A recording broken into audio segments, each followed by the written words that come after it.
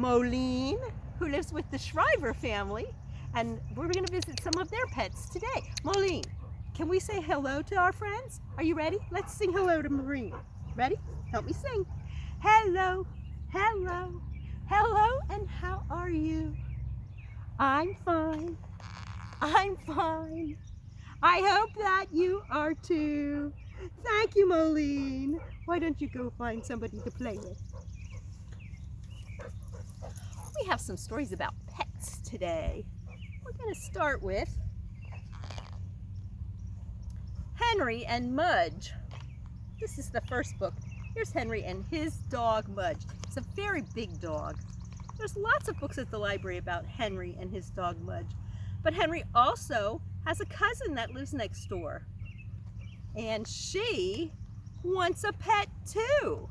So today we're going to read Henry and Mudge and Annie's Perfect Pet by Cynthia Rylant and illustrated by Susie Stevenson.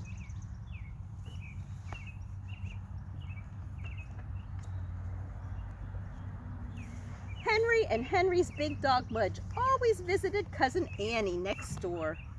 Annie used to live far away and Henry didn't see her much, but now she lives next door and it was fun. Henry and Annie rode bikes and played frisbee and traded comics. And of course, they petted Mudge all the time. Look, Mudge likes to have his belly scratched. I bet Moline likes that too. Annie loved Mudge. She loved his soft eyes and his warm nose and his big paws. Annie wished that she had a dog. But her father was at work every day and no one would be home to take care of a dog. Henry felt sorry for Annie. He remembered how much fun it was to get a new pet. Mudge had been the cutest puppy. He was all round and rolly and very small. Henry could pick him up and kiss him. But what happened to Henry? He really grew. Henry sure couldn't do that now. And Mudge was so short that he could walk under a collie down the street. But not anymore. Henry wanted Annie to have her own pet. So he went to his parents for help. Maybe she could get a mouse, said Henry's father. Annie's afraid of mice, said Henry. What about a turtle, said Henry's mother. Too wet for Annie. A crab, said his father. Too hard, said Henry. A bird, said his mother. Henry shook his head. No, it might fly into Annie's teacup collection, he said.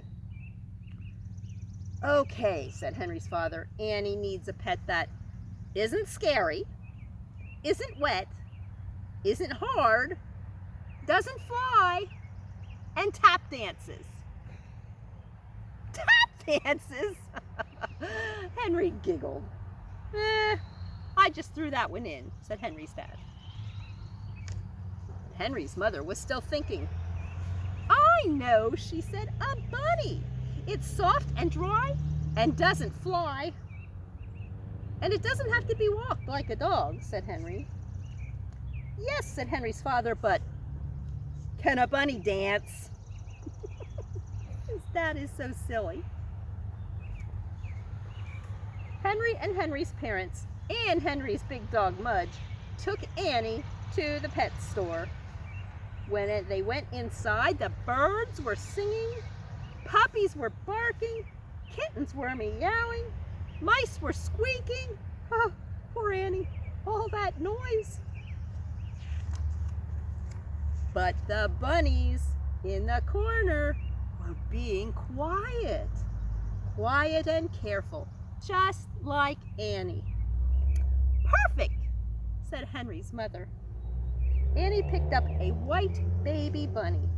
She had soft eyes, just like Mudge. She had a warm nose, just like Mudge.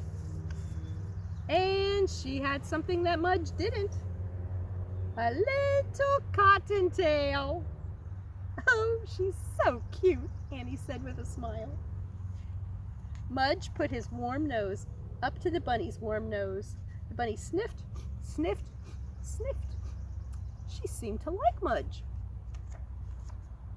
And when Mudge gave her a big, drooly kiss, she didn't seem to mind. Henry looked at his parents. "I think we found Annie's perfect pet," he said. And they took the bunny home. Henry's Uncle Ed made a beautiful hutch for Annie's bunny.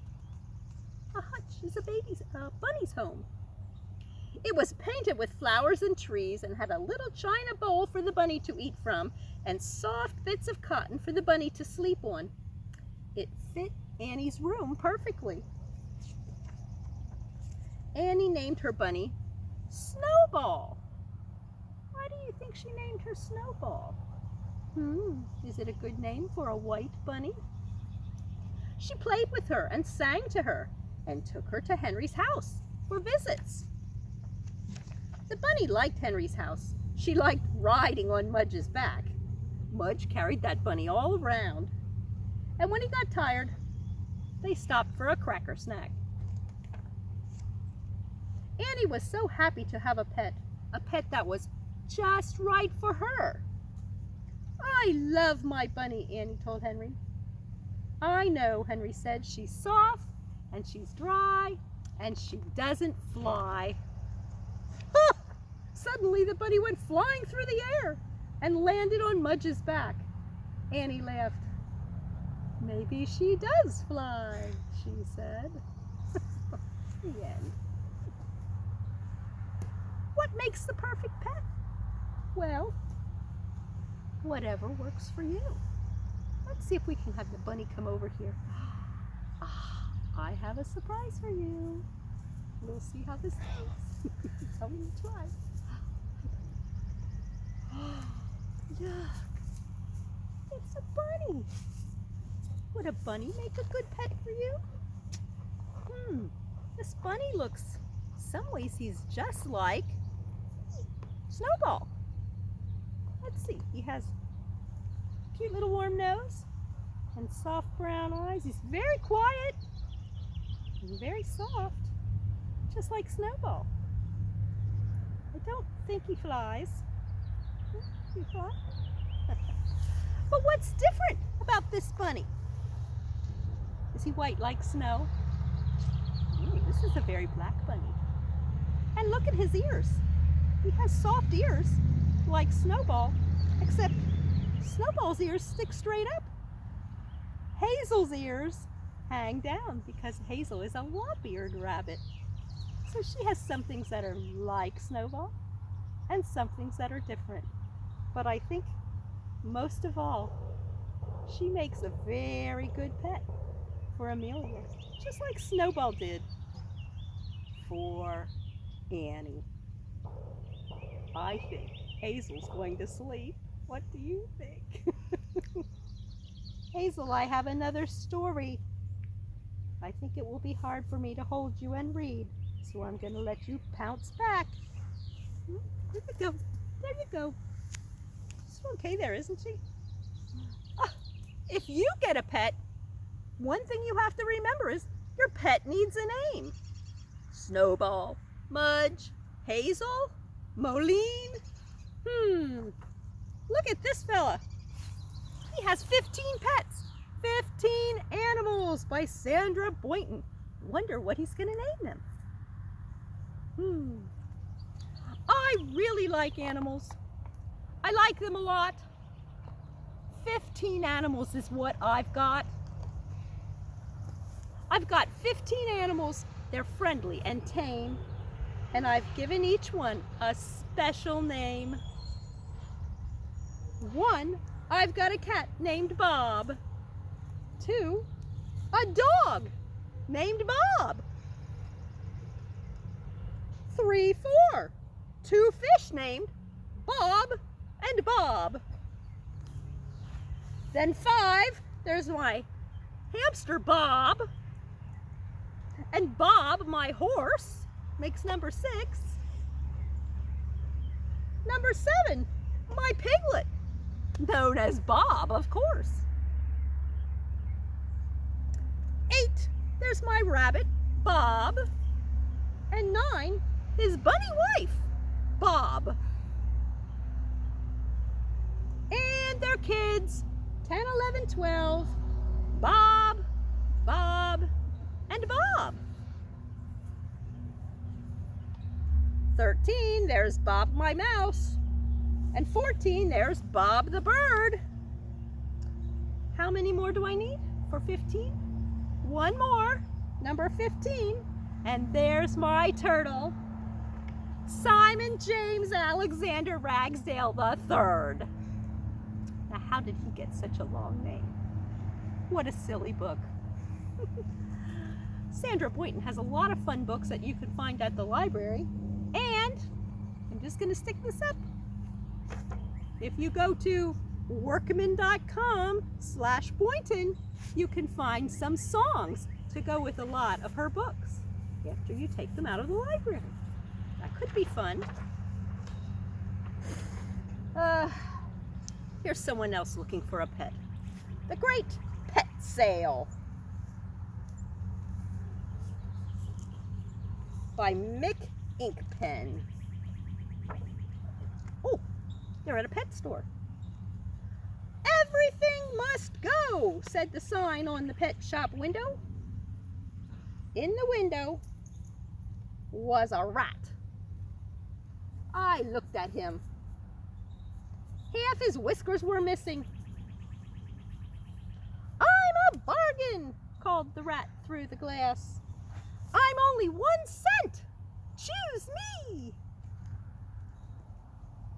Inside the shop there was a tiny terrapin for 2 cents, a little turtle, a turtle for 3 cents, and a tortoise, a great big one, for 4 cents.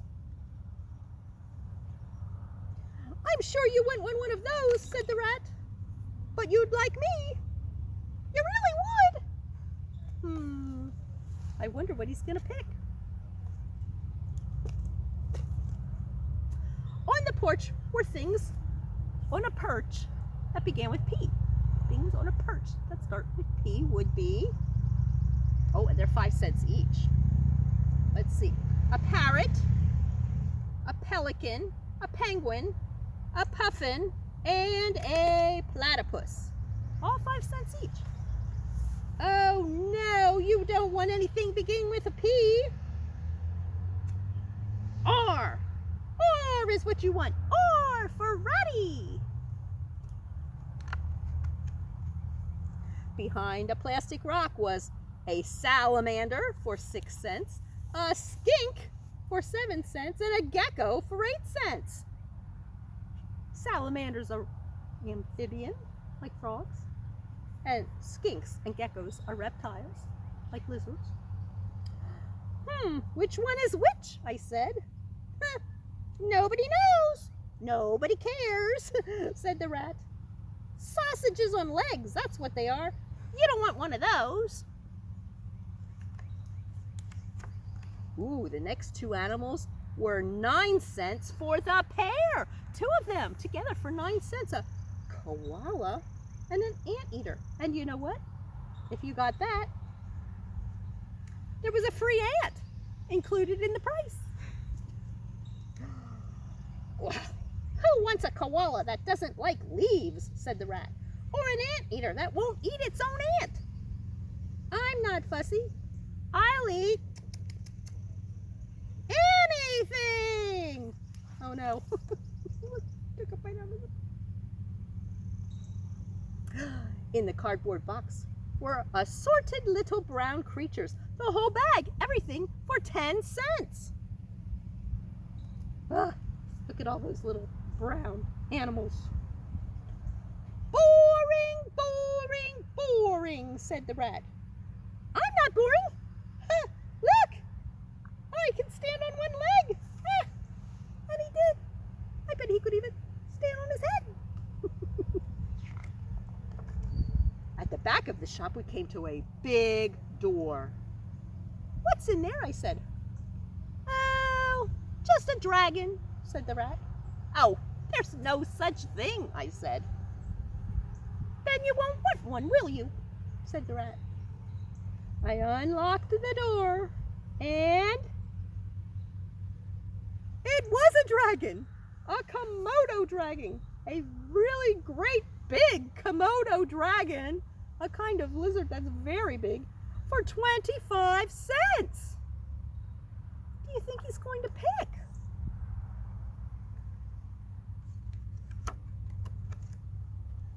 I counted my money. $1 exactly. It was just enough to buy the rat and everything else in the shop. That's a lot of pets for exactly $1.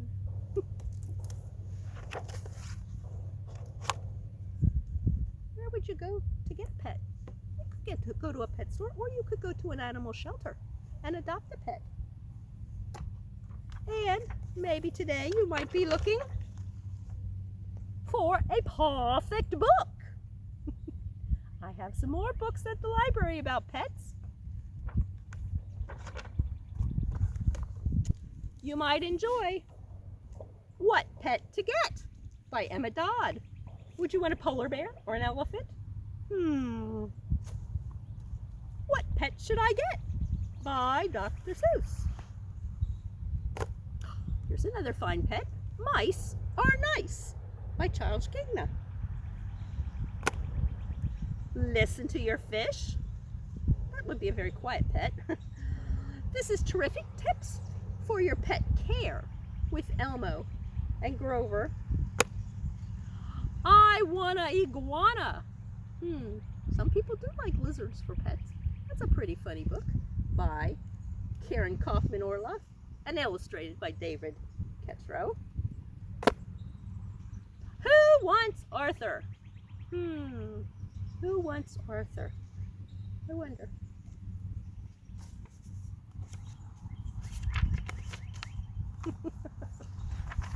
Arthur was a very ordinary dog. He lived in Mrs. Hubert's pet shop with many other animals, but Arthur was the only dog. All the other dogs have been sold because dogs were very popular. All the dogs except Arthur. He was just an ordinary brown dog who dearly wanted a home with a pair of old slippers for him to chew. On Monday morning, Mrs. Hubert put some rabbits in the window. By the end of the day, the window was empty. All the rabbits were sold. It was empty except for Arthur. Nobody wanted an ordinary brown dog. Everybody wanted rabbits. So that night, when all was quiet, Arthur practiced being a rabbit. He practiced eating carrots and poking out his front teeth and making his ears stand straight up. Look, he tied them up. He practiced very hard until he was sure he could be a rabbit. The next morning, Mrs. Humber put some snakes in the window. By the end of the day, the window was empty, except for Arthur. Nobody wanted an ordinary brown dog, not even one who acted like a rabbit. Everybody wanted snakes. So that night, when all was quiet, Arthur practiced being a snake. He practiced hissing and slithering and sliding and looking so cool. He practiced very hard until he was sure that he could be a snake. The next morning, Mrs. Humber put some fish in the window. By the end of the day, the window was empty, except for Arthur. Nobody wanted an ordinary brown dog, not even one who acted like a rabbit and a snake. Everybody wanted a fish. So that night, when all was quiet, Arthur practiced being a fish. He practiced swimming and blowing bubbles and breathing underwater.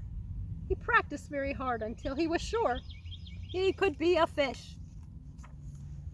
The next morning, Mrs. Humber put some cats in the window.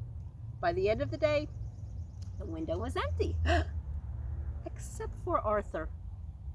Nobody wanted an ordinary brown dog, not even one who acted like a rabbit or a snake or a fish. Everybody wanted cats. Arthur felt he would never find a home with a pair of old slippers to chew. The next morning, Mrs. Humber put the rest of her pets in the window. There were 2 hamsters, a cage of mice, 3 canaries, a blue parakeet, a green frog, 1 sleepy lizard, and Arthur. Arthur jumped on lily pads, he squeaked and nibbled cheese, he purred and croaked and even tried to fly. He was trying to act like all those animals. By the end of the day, the window was empty, except for Arthur. He had collapsed, exhausted, in the corner of the window. Now he was certain he would never find a home, whether he was a rabbit, a snake, a fish, a cat, or even a purple spotted 3-headed donkey. Arthur decided he might as well just be an ordinary brown dog. Late that afternoon, as Mrs. Humber was getting ready to close up shop, a man came in with his granddaughter. "Excuse me," he said. "Melanie tells me that you have a rather extraordinary dog that performs all sorts of tricks." "The only dog I have," replied Mrs. Humber, "is Arthur." You think that's the dog she wanted? "There he is, Grandpa, in the window!" cried Melanie. She rushed to pick up Arthur, who gave her the biggest, wettest, doggiest lick ever. At last, Arthur knew he had found a home with a pair of old slippers to choose. Yay, Arthur found a home. We have some pets in your packet that you can color and cut out and then wrap up around your finger to make finger puppets. We're going to look at this first one and we're going to sing our song for this week. How much is that doggy in the window? Woof, woof. The one with the waggly tail. How much is that doggy in the window? Woof, woof. I do hope that doggie's for sale. How about this one? How much is that kitty in the window? Meow, meow. The one that is purring so sweet. How much is that kitty in the window? Meow, meow. I'd love to give Kitty a treat. What else do we have? Oh! How much is that birdie in the window? Tweet, tweet. The one with the sharp singing song. You can make up a verse for a bird. How much is that fishy in the window? Swish, swish. The one with the swishy tail. You can make up a verse for that one. And how about a little hamster? How much is that hamster in the window? You have the words to that song and you can sing it. Or you can put your puppets on and sing the one we learned before. Fee-I, fiddly-I, fee. I had a cat and the cat pleased me. I fed my cat under yonder tree. You can use those verses and sing along for that song too. Well, parents, we have a couple other things in the pack. There was plain paper. Maybe you can draw a picture of a pet that you have, or one that you'd really like to have. Maybe you could talk somebody into getting one like that. There's the I Spy cats and the I Spy dogs that you can spend a lot of time with, seeing if you can find the things hidden in the picture. And remember, find some fun things to do together this week. Basics number 4 is explore through movement and play. You might planning out an outing together, like a visit to a neighbor's farm, or maybe visit Patch's Creamery on Fond du Roi Road in Lebanon. You could get some ice cream and visit their animals. And you could check out Lebanon Macaroni Kid website, where you can sign up for a free weekly newsletter highlighting lots of fun